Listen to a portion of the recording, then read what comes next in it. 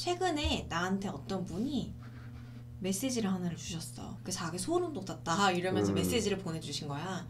이분이 어떻게 이렇게 된 거냐면, 우리가 지난 시간까지는 컨텐츠를 만드는 그거를 했었잖아. 오늘부터는 이걸 진짜로 써봐야 될 것 같아.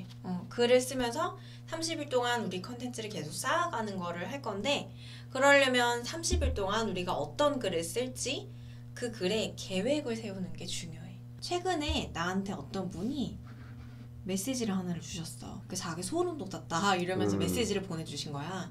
이분이 어떻게 이렇게 된 거냐면, 내가 자기 키워드로 30일 동안 그냥 글을 쭉 써보시라고 이야기를 드렸거든.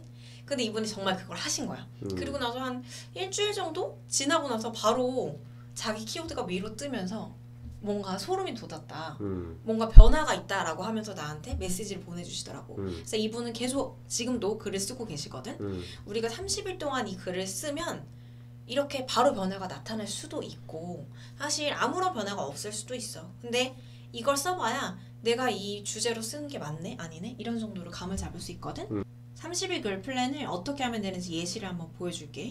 이걸 내가 정리를 한 건데, 먼저 키워드, 어떤 키워드를 쓸 거냐, 그리고 이 키워드의 검색량은 얼마고 문서량은 얼마냐, 그래서 우리가 이걸 활용해서 어떤 제목으로 글을 쓸 거냐, 여기까지 오늘 딱 30일에 대한 계획을 쓸 거야. 이거 할 수 있겠어? 잘 안 보여가지고. 그 저희가 하기로 한 것 중에 외국계 취업이니까 그거에 대한 키워드를 결국에는 30개를 뽑아서 그 키워드에 대한 제목을 쓴다. 여기까지만 오늘 하면 성공이야. 여기까지 해보자. 이렇게 해서 30일에 대한 거를 딱 잡아주는 건데, 여기서 키워드를 잡을 줄 알아야 돼. 근데 우리가 아직 키워드 잡는 법에 대해서는 배우지를 않아가지고 알려줄게. 블랙키라는 사이트가 있어서 여기서 그 키워드를 잡을 수 있는 사이트거든. 키워드가 뭔지 알아? 키워드는 핵심 단어지. 그래서 키워드를 검색을 할 건데, 외국계 취업에 관련된 그 주제에 관련된 키워드를 우리가 지금부터 30개를 찾아야 돼. 한번 예시로 한번 줘볼래? 뭐 영어 면접? 좋아요. 영어 면접. 영어 면접이라는 키워드를 썼을 때 여기에 검색량이라는 게 보이고 여기 발행량이라는 게 보이거든? 검색량은 뭘까? 이 영어 면접이라는 키워드를 직접 검색해본 숫자? 맞아. 검색해본 숫자야. 사람들이 월에 2780건을 검색하고 있다라는 뜻이고, PC로는 이만큼, 모바일로는 이만큼을 보고 있다는 뜻이야. 발행량은? 영어 면접이라는 키워드가 들어가 있는 글들이 그 해당 월에 몇 건이 나왔는지. 맞아. 그게 발행량이야. 맞아. 그러니까 신규로 올라온 글들이 그렇다는 얘기인 거잖아, 그지? 월간. 월간 이만큼이 올라왔다라고 보면 될 것 같아. 그래서 좋은 키워드를 찾았어, 지금 이미. 되게 한 번에 찾았네, 이걸. 그래서 월에 사람들이 2780건을 검색을 하고, 그런데 실제로 발행되어 있는 건 1660건이다. 그러면 결국엔 이거야. 사람들이 많이 찾는데 그거 대비해서 많이 발행되어 있지 않아. 그럼 이건 좋은 키워드라고 봐야 되거든. 물론 키워드를 찾는 데 있어서 조금 더 복잡한 방법들이 있긴 하지만, 기본적으로 우리가 아직은 초보 단계이기 때문에 딱 여기까지만 기억을 할게. 검색량이 발행량보다 많으면 좋은 키워드다. 그럼 우리가 이 키워드는 쓸 거야. 영어 면접.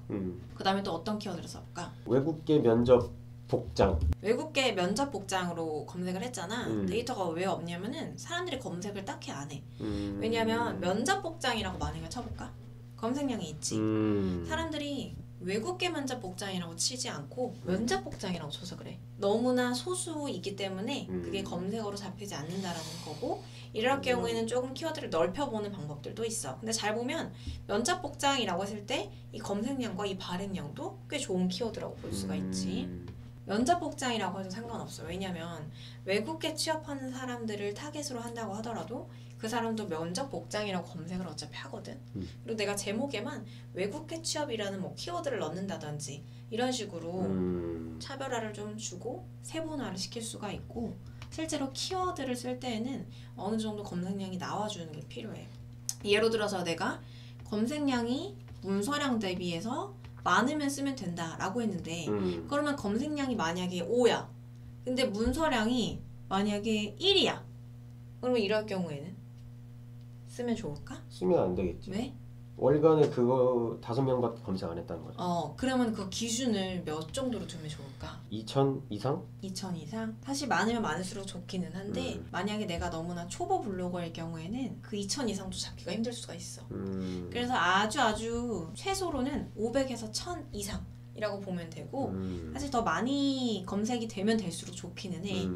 조금 유의미하다라고 하는 거는 그래도 적어도 뭐 1,000, 2,000 이렇게 1,000 단위로는 올라가 주는 게 의미가 좀 있고, 근데 어쨌든 우리는 지금 큰 욕심을 낼 수가 없기 때문에 검색량을 500 이상 정도로 우선은 기본으로 잡아보면 될 것 같고, 그 다음에 키워드 하나만 더 잡아보자 같이.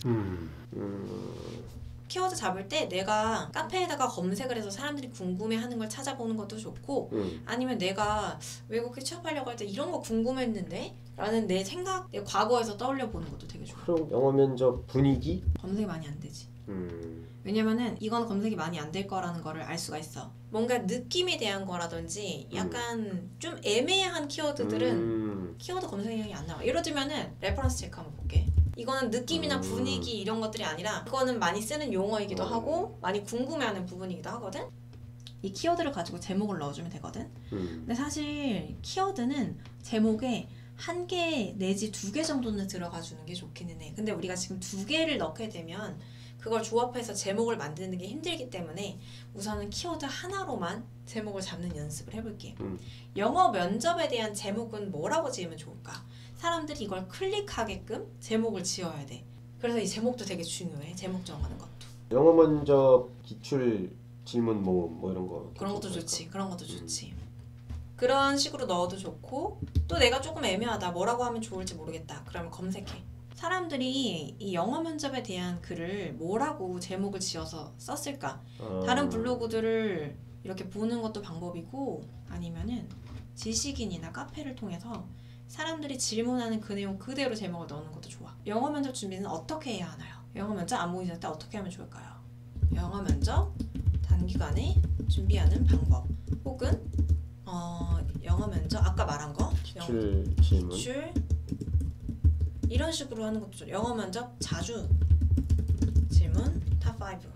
사람들이 이렇게 숫자가 들어간 제목에 조금 더 임팩트를 느끼거든. 이런 식으로 제목을 뭐 이 둘 중에 하나를 쓰면 좋겠지. 면접 복장은 어떻게 하면 좋을까? 뭐 면접관에게 좋은 첫인상을 주는 뭐 아웃핏 뭐 이런 거. 면접관에 호감 주는 면접 복장.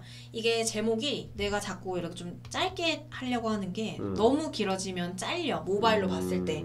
그리고 너무 길어지면 사람들도 한 번에 들어오지 않기 때문에 잘 클릭을 안 하려고 하거든. 그래서 제목은 핵심 내용이 들어가면서 길지 않게 하는 게 중요해. 레퍼런스 체크는 어떻게 할까? 레퍼런스 체크가 입사에 영향을 끼치는가? 근데 사람들은 약간 이런 식으로도 궁금해한다. 조금 부정적으로 가야 되는구나. 자극적인 제목. 조금 레퍼런스 체크라는 걸 사람들이 물어볼 때 제가 레퍼런스 체크로 합격할 수 있겠죠? 사람들은 이렇게 생각 안 해. 레퍼런스가 잘 떨어지나? 사람들이 뭐라고 생각하는지 그 심리를 활용해서 제목을 넣으면 좋아. 그러면은 희망을 주기보다 위기감을 조성해야 되는 게 더 나은 거야? 맞아. 제목을 짓는 방법, 내가 다음 시간에 글 쓰는 방법 알려주면서 제목에 대한 것도 다시 한번 이야기를 할 건데, 사람들이 좋아하고 잘 클릭하는 제목 중에 하나는 뭔가 손실을 회피하는 그런 제목들을 클릭을 해.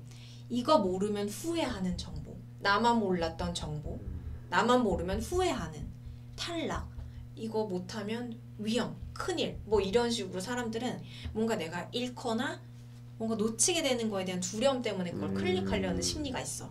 그래서 제목을 그런 식으로 지어주는 게 클릭을 할 확률이 높아지지. 그래서 이렇게 나머지 30일 플랜을 만들어서 우리가 다음 시간부터는 그걸 가지고 글 쓰는 방법을 한번 이야기를 해보자. 그리고 나서 정말 글을 30일 동안 쓰면 되는 거야. 도와줄 건가요, 브랜드 로시? 뭘 도와줘. 스스로 해야지 그거는.